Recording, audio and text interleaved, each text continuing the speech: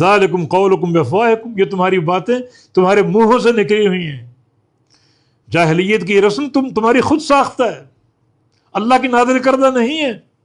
واللہ یقود الحق، اللہ تعالیٰ حق فیصلہ فرماتا ہے، وہ یہدی السبیل، اور وہ سیدھا راستہ دکھاتا ہے، سیدھے راستے کی ہدایت دیتا ہے۔ اس کا ہر قول حق ہے، ہر فیصلہ حق ہے۔